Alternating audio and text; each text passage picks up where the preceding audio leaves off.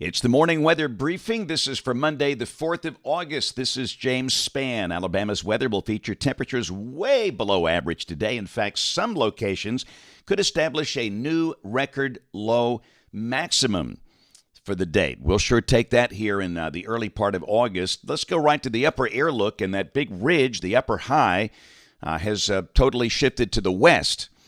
And again, a broad trough has replaced that. That's the reason the temperatures are, again, way below average.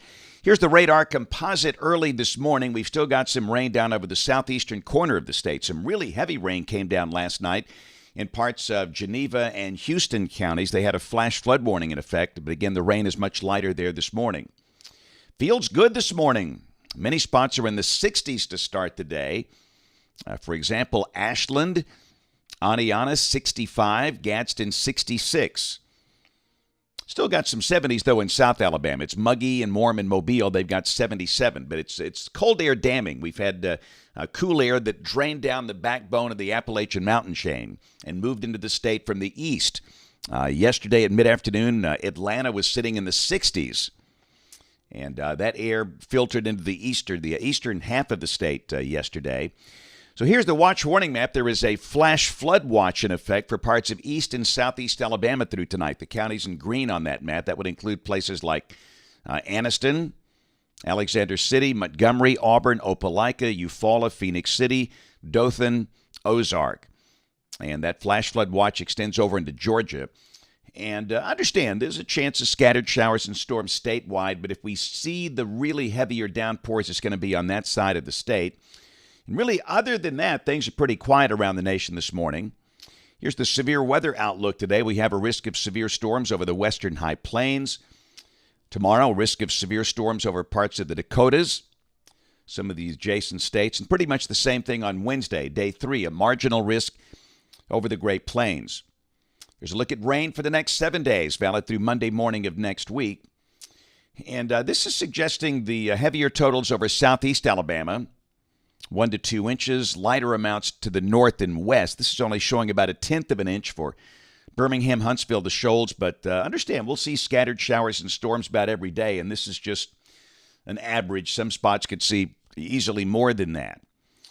So the Atlantic Basin's starting to wake up in the tropics. Have a new tropical storm on the board, Dexter. That's in the Atlantic, well east of the Outer Banks of North Carolina. A wave is about to come off the coast of Africa. That wave has a 50-50 chance of developing. The one coming off the coast of Africa, and also the Hurricane Center putting a very low-end chance on a broad low forming east of Jacksonville, Florida in the Atlantic. This is the 7-day outlook, but again, notice no issues for the Gulf for the next 7 days. Dexter with winds of 45 miles per hour. Again, this is in the middle of nowhere and stays in the middle of nowhere. This thing becomes post-tropical by Wednesday afternoon and should fizzle out over the Atlantic again in the middle of nowhere. So that is absolutely no threat to land. And again, the wave that's coming off the coast of Africa, that will be turning north and then northeast into the open Atlantic. No threat to land. And again, models show maybe a broad low trying to form off the east coast of Florida or the southeast coast of the United States, but not a very strong signal there at all.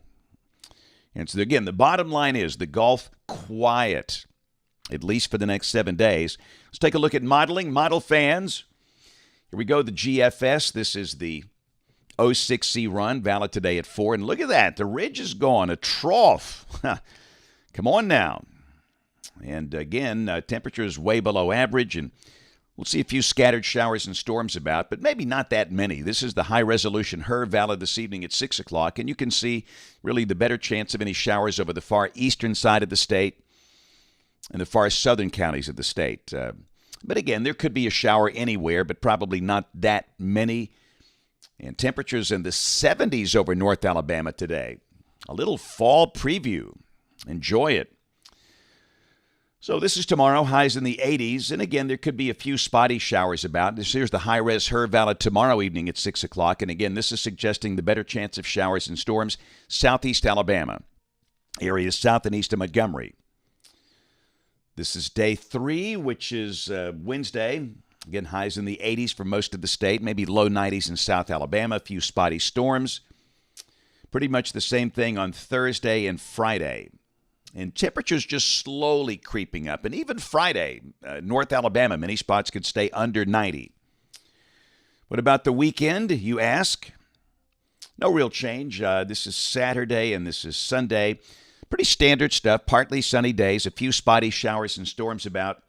Highs upper 80s for North Alabama, low 90s for South Alabama.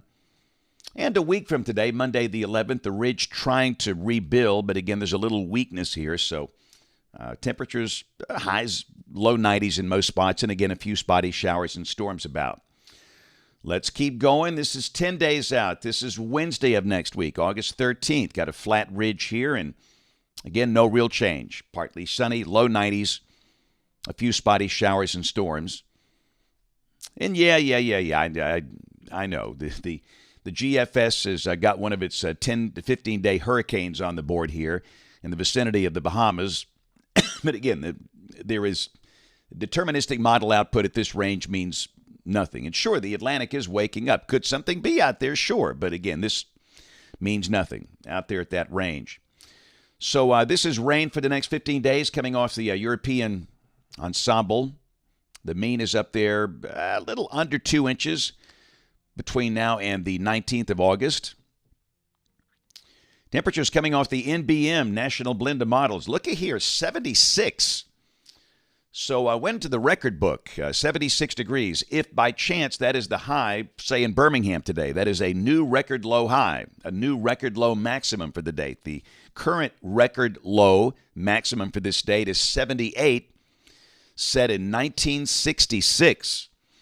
It has not been this cool on August 4th in a long time, and maybe the coolest August 4th on record. Here's the latest long-range guidance, 8 to 14 days out. This is for August 11th through the 17th. Temperatures may be a little above average here. And we had some pretty severe flooding over the weekend over parts of East Alabama. These photographs were taken around DeArmondville in Calhoun County, but flooding was pretty severe late Saturday night into the pre-dawn hours yesterday through parts of Calhoun and Cleburne, northern Clay counties in East Alabama. And tragically, we had one fatality in Cleburne County from a car that was washed off a road. This is drone footage of Terrapin Creek in East Alabama, clearly swollen there.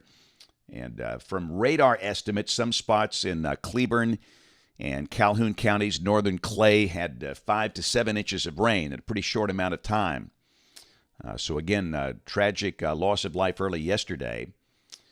But again, more amazing summer rainbows. These were actually on the Alabama Gulf Coast yesterday after a quick downpour that passed through. It was gorgeous.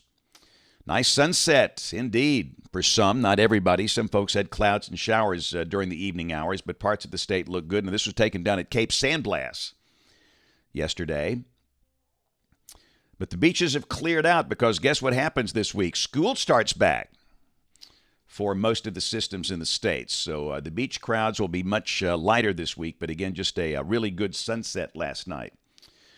So there's a lot of things going on here now that kind of school is getting back and folks are getting back into a routine. And tomorrow I will be up in Franklin County. I'll be speaking to the teachers, the administrators there of the school system. It's one of their institute days. Typically before school starts, all the teachers and everybody, they come together for kind of a day of training, and I'm looking forward to seeing them.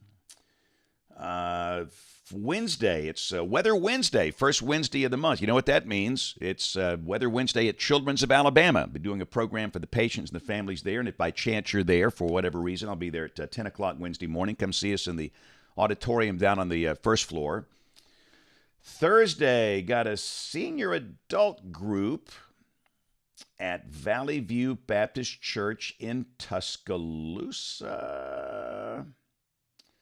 Let's see. That is senior adults. All right, senior adults, Valley View Baptist in Tuscaloosa. And this Saturday, we have a book signing. We're coming to Springville, St. Clair County, Clarissa's Cakery.